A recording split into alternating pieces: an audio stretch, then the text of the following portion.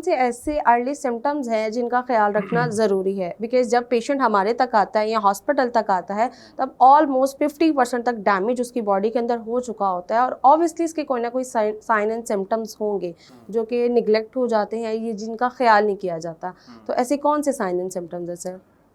अगर हम बात करें शुगर की बात करें तो उसमें आपको प्यास ज़्यादा लगेगी, आपको यूरिन ज़्यादा आएगा, कॉमनली जो चीज़ देखा जाता है। इसी तरह अगर हम ब्लड प्रेशर की बात करें तो ब्लड प्रेशर की वजह से आपको हो सकता है कि आपको चक्कर आ रहे हो सकता है आपको सर में दर्द रह रहा हो, मुसलसल रह रहा हो, उससे आप मेडिसिन ले रहे हो लेकिन फिर भी 1 दिन हुआ 2 दिन हुआ, उस मेडिसिन ली वो ठीक हो गया और फिर दोबारा से हो रहा हो, तो उसके लिए बेहतर ये है कि आप स्क्रीनिंग की तरफ जाएं।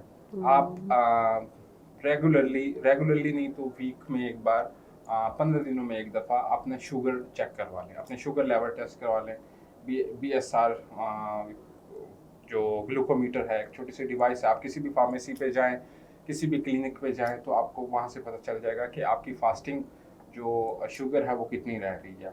इसी तरह ब्लड प्रेशर को भी आपको अपने ब्लड प्रेशर को मॉनिटर करना है। नॉर्मल जो है 120 सिस्टोलिक और 120 सिस्टोलिक एंड 80 डायस्टोलिक।